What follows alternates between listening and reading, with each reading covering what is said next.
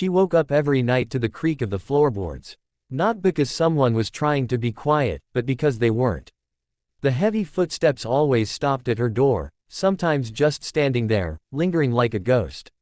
Her name was Emily, and at only 15, she had already learned to dread silence more than screams. Because in the silence, her stepfather moved like a shadow, and her mother, trapped in her own world of numbness, never noticed. Emily had once been full of life. She used to sing in the kitchen, dance barefoot in the backyard, and hug her real father when he came home from work. But cancer took her father, and 3 months later, her mother married Robert. A man who smiled too much and touched too often. A man who had no children of his own, and treated Emily like she owed him something. The first time Robert came into her room, she didn't even scream. She froze. It was as if her soul stepped out of her body and watched everything from the corner of the ceiling. She never told her mother. Who would believe her? Robert was charming in front of everyone. He worked hard, paid the bills, and brought flowers for the woman who no longer noticed her daughter's growing fear. At school, Emily drifted into silence. Her grades fell. She lost friends. But she had one place where she felt safe, the animal shelter. She started volunteering there every Saturday just to get out of the house. It was there she met Max, a retired canine dog. A large German shepherd with deep, intelligent eyes and a quiet sadness in his gait.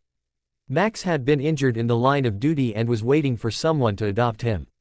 No one did. Until Emily came along. She didn't say much at first. She would sit beside his cage, sometimes reading to him, sometimes just sitting there. And Max, he listened. For the first time, someone listened. And though he never barked or whined, she felt something in his presence. A quiet protectiveness. A sense that, finally, someone saw her. A few weeks later, a volunteer found her curled up in Max's cage, asleep. The shelter manager, an older woman named Diane, gently pulled her aside. Emily broke down and told her everything. The bruises, the nights, the fear. Diane didn't hesitate. She called child services. But Emily begged her to wait. He'll kill my mom if he finds out. Please, just let me take Max home. Just for a night. It was an impossible request.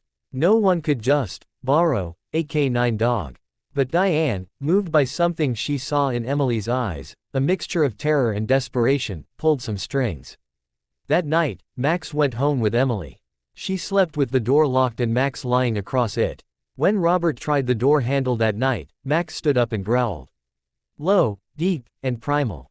The noise was enough to make Robert hesitate. He didn't open the door. Not that night. The next morning, Emily found Max waiting by the stairs. Robert tried to pretend everything was normal. He gave her the same fake smile, asked if she wanted pancakes. But Max didn't move. His eyes locked on Robert's every step. It was clear now, the monster in her home had been seen. 2 nights later, it happened. Robert came home drunk. He slammed doors, yelled at her mother, and stormed toward Emily's room. Max was waiting. When Robert raised his hand, Max launched. No one ever forgot the sound. The neighbors heard it. The screams. The crashing. When police arrived, Robert was bleeding on the floor, pinned down by a dog who wouldn't let go until the cuffs clicked.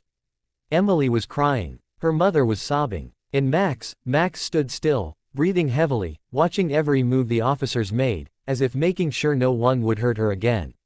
The investigation revealed more than anyone expected.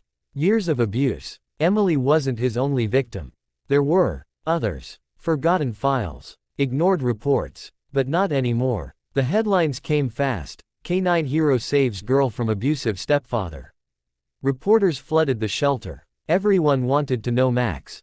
The dog who had retired with a scar on his leg but a heart still ready to protect. Emily went into foster care. Her mother entered therapy. It would be a long road to healing, but they were on it. And Max, he wasn't returned to the shelter. Emily adopted him permanently. They moved to a quiet town with a new family who opened their arms and hearts to both of them. Today, Emily speaks at schools and shelters. She tells her story not with bitterness, but with purpose. She talks about fear, about silence, and about the one voice that didn't need words to be heard. Because sometimes, heroes don't wear capes. Sometimes, they walk on 4 legs and carry the weight of your nightmares with nothing more than loyalty and love. And Max just sits beside her, eyes calm, ears perked, still listening, always ready.